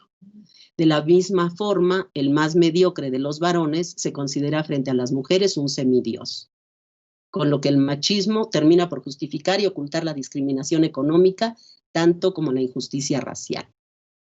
Quiero terminar con una última cita del testamento político del padre del existencialismo moderno, que dice, el hombre, el ser humano quiere decir, nunca llegará a ser libre mientras siga mamando sangre de esclava. Es una frase del filósofo existencialista Jean-Paul Sartre, que nos ilustra acerca de la urgencia de una educación filosófica y feminista en todas las actividades que se emprenden desde la universidad. Precisamente como nos dan un claro ejemplo estas jornadas. Agradezco mucho la invitación y la oportunidad de dialogar con ustedes. Muchas gracias, doctora Rubí. Pues nosotras agradecemos la exposición, agradecemos pues poner estas figuras, ¿no? Para la reflexión. Nos parece que también tenemos ahora pues ya muchas pistas de dónde está el sentido de esta primera sesión, ¿no? De mirar desde el pensamiento, el análisis del pensamiento, la forma en que hemos ido construyéndonos, pues creo que en la universidad, pero desde los procesos anteriores educativos, ¿no? Donde nos colocan esta forma en que vamos a definir los procesos y a definirnos en el mundo humano, como lo llamaste.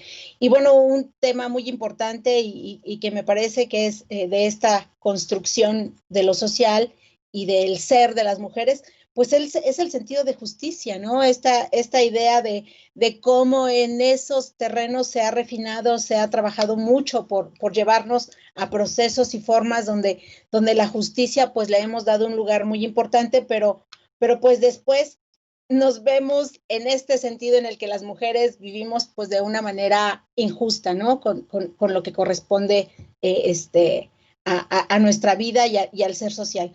Bueno, pues como les decíamos al principio, tenemos el espacio es en vivo, entonces tenemos ya algunas preguntas que queremos compartir con ustedes, que nos ayuden a darles alguna respuesta. Voy a leerla y bueno, si alguna de ustedes la quiere tomar, y si no, yo decido. No es cierto.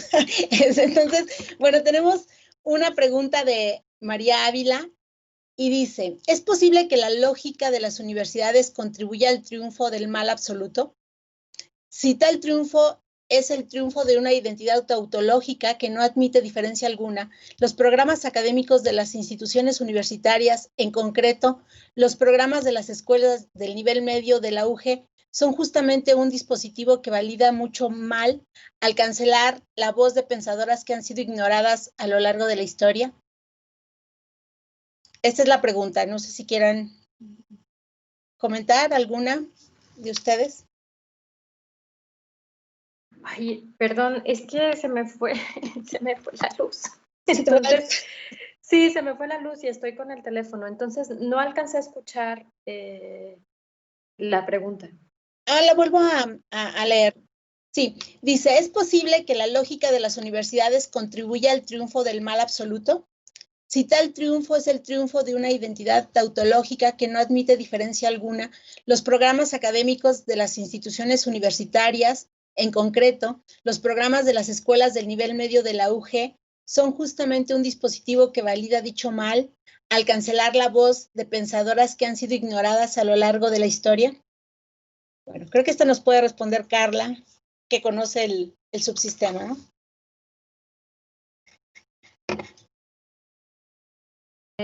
Ya, me parece que en efecto que se contribuye al mal absoluto en el sentido de que nos borra o bueno, borra a las filósofas, y no solamente a las filósofas, a las científicas, a las artistas, en fin, ¿no? De los programas de las UDAS. Sin embargo, lo que yo creo y un poco lo que decía al final es que hay profesoras o habemos profesoras y hay estudiantes, hay alumnas, hay alumnos que estamos trabajando precisamente para cambiar esto. Es decir, que no porque no aparezcan las mujeres, las filósofas, por ejemplo, eso no quiere decir que en el transcurso de las clases, por ejemplo, no podamos hablar de ellas. Es decir, ahí estamos y estamos trabajando para hacerlo, ¿no?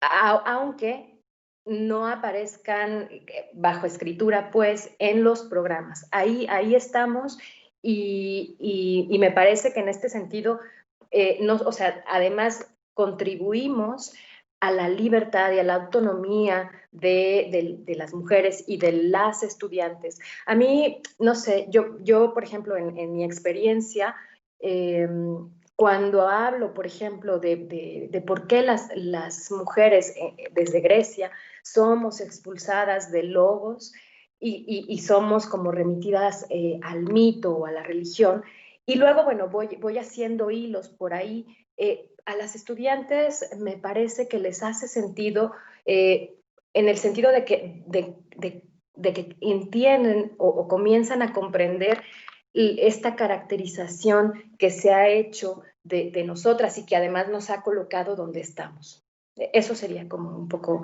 lo que podría decir de la pregunta. Rubí o Liliana, si quieren decir algo. Yo quisiera recordar un poco la historia de cómo llegamos a este momento. En todas las universidades hubo un trabajo muy, muy invisible al principio y muy poco validado, ¿no? Pero tal vez de manera subrepticia empezamos a meter el tema en nuestras clases, de manera un tanto clandestina, hablar de diferencia sexual en el campo de la ontología, cuando se hablaba de diferencia, en el campo de la ética, cuando se hablaba de los autores, de repente metíamos a Simone de Beauvoir. Entonces, ha habido siempre, y me parece que esta es parte de la condición humana, un margen de libertad que, si bien es mínimo, tenemos que aprovechar. Yo creo que si los programas universitarios no incluyen a las mujeres, como ocurre en la mayoría de las universidades, esto no significa que no podamos estudiar a las filósofas y que no podamos hacer círculos de estudio con las estudiantes y las propias estudiantes investigar por su cuenta. Y yo creo que siempre hay esta posibilidad afortunadamente, el mal no es absoluto. Yo comparto esta idea de Simone Weil. Es relativo y siempre hay esta posibilidad del ejercicio del trabajo académico en campos que no han sido explorados. De hecho, es parte, me parece, de la creatividad filosófica. Muy bien, muchas gracias. Liliana, pasamos a la siguiente. Bueno, yo solamente querría decir algo muy, muy rápido, y es que hemos de renunciar quizá a la actitud pasiva de se cancela en los programas, y los movimientos feministas no han sido permitidos, siempre han sido tomados, y eso es, digamos, lo que sucederá, creo, espero. Esperamos, muchas gracias. Bueno, pues Adriana Corral nos dice que si nos pueden recomendar alguna bibliografía contemporánea, más allá de las ya conocidas, Lagarde o Lamas, específicamente filósofas. Creo que estas exposiciones pues nos dejaron a muchas con esa intención, ¿no? Entonces, les pediremos para el aula virtual también ampliar sus recomendaciones y después las pasaremos pues a quienes se integren al seminario ya en este proceso de formación universitaria, ¿no? Entonces, pues si nos quieren comentar de alguna bibliografía contemporánea o filósofas, ¿no? Que consideren importantes para continuar en esta reflexión. Bueno, yo sugeriría a tres que para mí son básicas, que es Simone de Beauvoir, bueno, 4 con Simone de Beauvoir también, que es fundamental leerla como filósofa. Simone Weil, Hannah Arendt y María Zambrano, me parece que son infaltables. Hay muchas otras. Hay otras también que no se reconocen siquiera como filósofas, pero que son pensadoras muy importantes, precisamente como Virginia Woolf, que no es una filósofa en sentido estricto, pero es muy filosófica, y están en el campo de la literatura y en el campo de las ciencias sociales. Hay muchísimas mujeres como Lu Andrea Salomé, Melanie Klein. Realmente tal vez habrá que recomendar el libro Las filósofas de Giulio Martino y Marina Brussese, que recogen precisamente toda una larguísima lista de mujeres pensadoras y filósofas, ¿no? Para empezar. Muy bien. ¿Algo más, compañeras? No. Bueno. Perdón, y de las actuales, pues esta Genevieve Fraisse, La diferencia de los sexos, en el campo de la filosofía es muy importante. Y a mí me gustan mucho las italianas, Luisa Muraro, Lucy Irigaray. Creo que vale la pena leerlas también como filósofas. Ok, bueno, yo creo que igual algunas personas no alcanzarán a tomar ahora los nombres, pero haremos integramos esto que nos están diciendo y lo pondremos pronto a disposición de quienes participen en los seminarios y en estas transmisiones, ¿no? Tenemos bueno, son 3 preguntas, propongo hacerlas una por una para no dejarlos ahí algo que se nos pase. Y dice Aram Moctezuma, el mexicano promedio no termina la secundaria. no lee a los filósofos hombres ni mujeres. ¿Cómo propone llevar a cabo lo que propuso sobre acabar con el machismo, haciendo que lean a las mujeres filósofas al igual que a los hombres? Creo que esto va a Rubí. Sí, ¿quieres responder? Sí, es cierto que no se lee mucho ni en México ni en ningún lado. Y creo que el uso de las redes sociales y de los recursos virtuales no nos evita leer. Los jóvenes están leyendo más que nunca, pero no se leen libros. Entonces, yo creo que son muchos los recursos y creo que es muy importante lo que nos comentan, porque la diversidad de recursos didácticos que ahora estamos obligados a elaborar y a producir, creo que pueden sustituir esta carencia. Creo que es muy importante que se lea, se conozca a las mujeres filósofas y a los hombres filósofos también. Y no solamente mediante el recurso de la lectura, que creo que está siendo de algún modo superado por estos medios, y tendríamos que hacer videoensayos y producir una serie de materiales didácticos y educativos que permitan el acceso de todas las personas al campo filosófico. Creo que efectivamente tendríamos que diversificar estos recursos. Muy bien. Bueno, la segunda pregunta dice, ¿qué es lo que busca el feminismo específicamente? Creo que esta es más general. No sé si quieren comentar Carla o Liliana. Pues en lo que ellas sí piensan, yo, el feminismo quiere construir un orden de justicia entre hombres y mujeres, en donde ni el poder, ni la belleza, ni el bien sean patrimonio de unos cuantos. En tanto seres humanos necesitamos compartir el mundo, es una cuestión de justicia, pero también es una cuestión de verdad.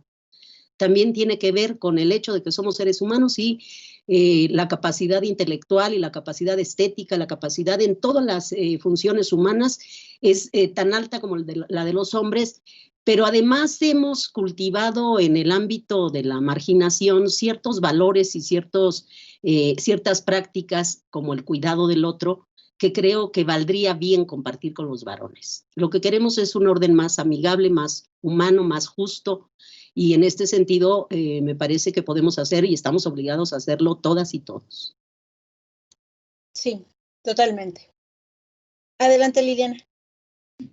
Bueno, yo solo quiero añadir a lo que ha dicho Rubí, que el feminismo también es una propuesta, un pensamiento eminentemente pacifista, está en busca de la paz, es decir, las violencias son muy alarmantes. Y tal, bueno, retomando un poco lo que veíamos con Virginia Woolf, parece haber un orden masculino en la violencia de orden mundial. Entonces el feminismo también está en esa lucha, lo ha estado históricamente, ¿no? Nada más. Eso es para añadir a lo que decía Rubí. Muy bien, muchas gracias. Y bueno, la tercera pregunta que se coloca aquí es, ¿qué es lo que busca, qué ejemplos de injusticia, entre comillas, viven actualmente las mujeres? Actualmente las mujeres tienen más derechos que los hombres. Entonces, ¿algo? Pues me voy a adelantar a mis compañeros. Yo creo que son muchísimas la lista de injusticias. Si nos vamos a cada campo, a cada espacio, vamos a encontrar una lista de agravios y de injusticias muy, muy grande. Pero una muy evidente, muy visible, es precisamente la falta de trascendencia de la experiencia femenina, como dicen las teóricas de la diferencia sexual, es la falta de reconocimiento de la voz de las mujeres y de la experiencia de las mujeres. Es muy fácil descalificar la experiencia femenina bajo una ideología machista, en donde simplemente, como veíamos en las frases de los hombres del poder, ellos parecen ni siquiera darse cuenta de lo que están diciendo, ¿no? En ese nivel de responsabilidad en que tienen los gobernantes, su voz es muy potente y es muy importante que ellos tuvieran una conciencia clara de la justicia social entre hombres y mujeres. Entonces, yo creo que el problema es precisamente la ilegitimidad que tiene toda la experiencia de las mujeres en la medida en que el modelo de la experiencia es masculino. Y bueno, esto nada más, digamos, para no hacer un uso extensivo o excesivo del tiempo, pero podríamos enlistar fenómenos monstruosos como el de la trata de personas con fines de explotación sexual. Podríamos, para no mencionar el feminicidio, que es un fenómeno que realmente no solo es aterrador para las mujeres, lo más aterrador es que no sea aterrador también para la mayoría de los hombres. Carla o Liliana, ¿algo más?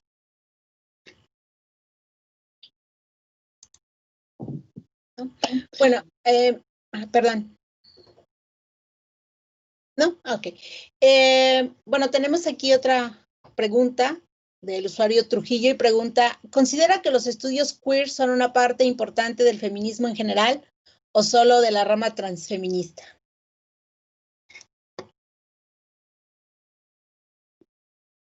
Otra vez yo. Perdón. Yo creo que los estudios queer, como decía yo un poco en mi intervención, responden a un modelo de conocimiento y de tendencia filosófica actual, que es precisamente la posmodernidad. Y creo que están apuntando a un problema que es el tema de la diversidad, que se involucra con el tema de la identidad y de la diferencia, que si bien es pertinente y necesario trabajar en ese campo, no se debe confundir simplemente con el tema feminista. Es decir, es una demanda legítima de atención a la condición humana de las personas diversas y tiene que ser atendida con mucho rigor y con mucha responsabilidad, pero no es estrictamente un planteamiento directamente vinculado ni menos central en el campo de la teoría feminista. Es como una especie de extensión, digamos, de esta demanda de justicia social que precisamente se extiende hacia las personas que tienen esta condición de diversidad sexual. Muy bien, muchas gracias. ¿Algo más? ¿No? Bueno, tenemos aquí otra pregunta de Graciela Parra y dice, al llegar a ser profesoras después de ser alumnas y encontrarse con quienes fueran sus profesores y directivos, ¿qué pasó en el trato? ¿Se han topado con esta percepción como infantes?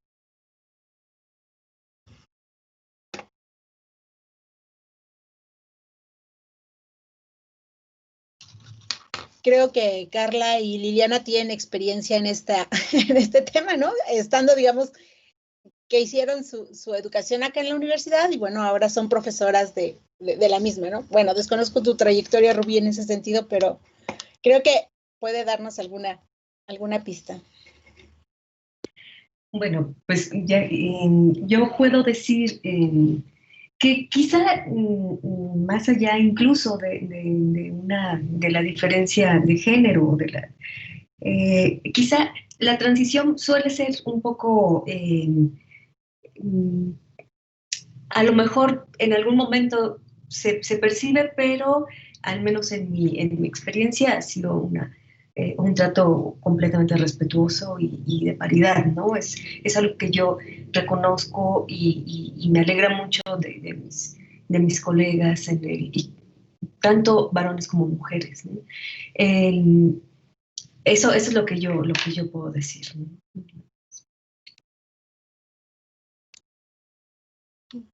Muy bien. Pues, bien, a ver si me escucha. Adelante. ¿Sí? Sí, te escucho. Bueno, yo, desde mi experiencia, lo que pasa es que no trabajo en donde me formé, digamos. Entonces, bueno, más bien desde donde puedo hablar es desde el lugar donde yo trabajo. Y bueno, en términos de esta minoría de edad, yo creo Creo que no. Sin embargo, lo que sí veo muy difícil es, por ejemplo, la aceptación de los discursos que se pueden traer con la filosofía feminista y con la teoría de género. Pero de ahí en más, pues nada.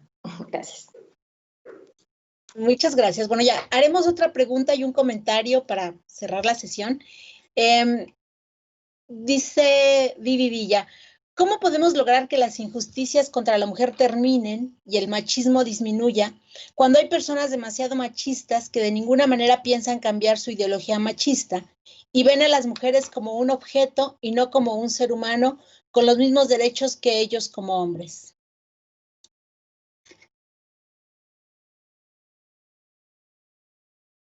Si quieren.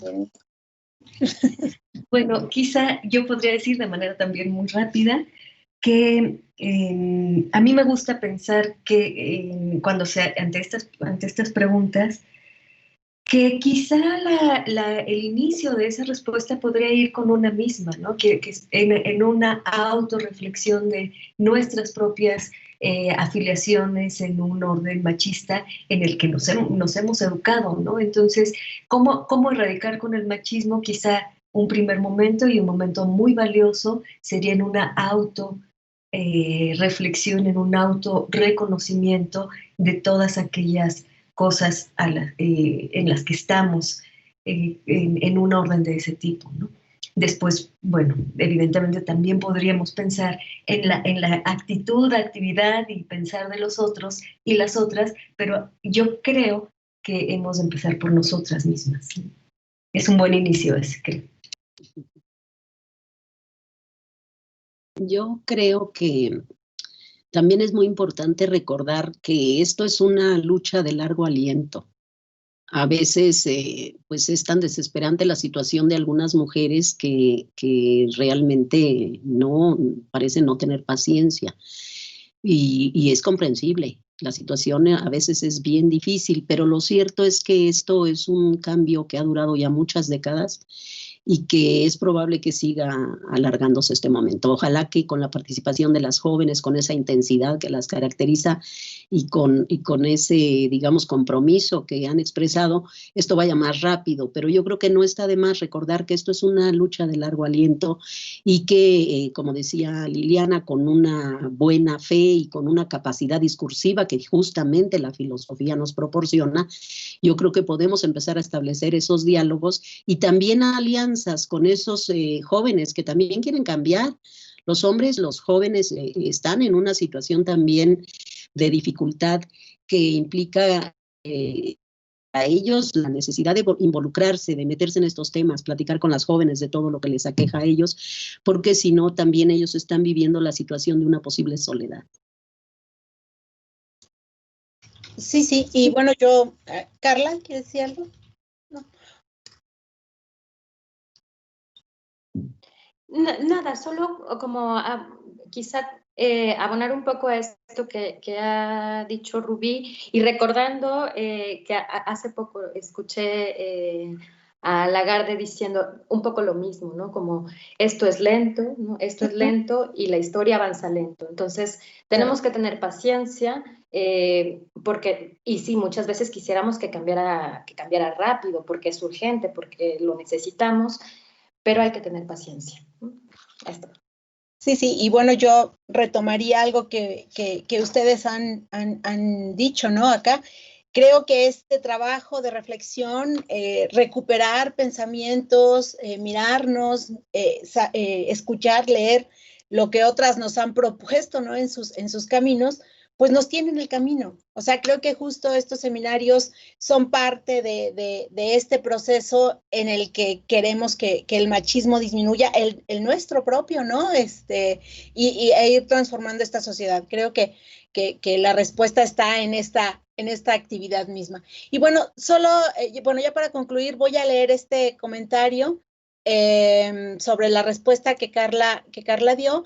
Y en relación con el nivel medio, y dice, Concuerdo con tu respuesta, Carla, aunque me parece que para lograr que los y las profesoras conversen con sus alumnos acerca de la visión de distintas pensadoras, independientemente de si los nombres de estas pensadoras aparecen escritos en los programas oficiales de las escuelas, sería necesario someter a los y las profesoras a una reeducación con perspectiva de género. Esto es, que nos ayudara a los docentes a repensar la historia, la cultura, el arte y la filosofía. Me parece que esa reeducación es urgente y fundamental para transformar nuestra forma de comunicarnos con los alumnos, para transformar la dinámica de la conversación del conocimiento en las instituciones de enseñanza. No recuerdo si dije el nombre, es María Ávila. Y bueno, pues creo que ya nos dedicamos un buen tiempo a este seminario. Vanessa Góngora, que está aquí junto, pues y yo personal y particularmente les agradecemos la disposición de entrar a este proyecto que, bueno, yo creo que nos va a llevar, como lo decían en la inauguración, a otros proyectos. Estamos seguras que este es el camino, ¿no? Y pues agradecemos mucho el tiempo, la disposición y el trabajo que han hecho para esta reflexión en particular, ¿no? Estamos seguras que aquí vamos. Entonces, bueno, pues con esto daríamos por concluida la sesión. Tenemos algunas otras preguntas nuestras que ya no haremos para no extender la sesión, pero esperaríamos tenerlas en el aula virtual y con ustedes poder continuar esta interacción para que el proceso formativo que hoy arrancamos inicie. Pues muchísimas gracias, Rubí, Liliana, Carla, por estar acá y por acompañarnos. Y bueno, ya para la despedida, pues a quienes nos acompañaron en la sesión en estas plataformas, pues les decimos que pueden consultar el programa completo en la página de la Universidad de Guanajuato, del Campus Guanajuato, en la página de Eugénero, y el próximo miércoles iniciamos el seminario de violencia y en tendremos la sesión Panorama de la Violencia de Género en tiempos de COVID y retos universitarios. Y bueno, pues con esto damos por concluida la sesión. Muchísimas gracias por estar acá y muchísimas gracias a quienes nos escucharon y se dieron el tiempo de estar aquí. Esperemos que estén las 15 sesiones. Ustedes no, ellos sí. Muchas gracias. No, gracias a ustedes. Gracias.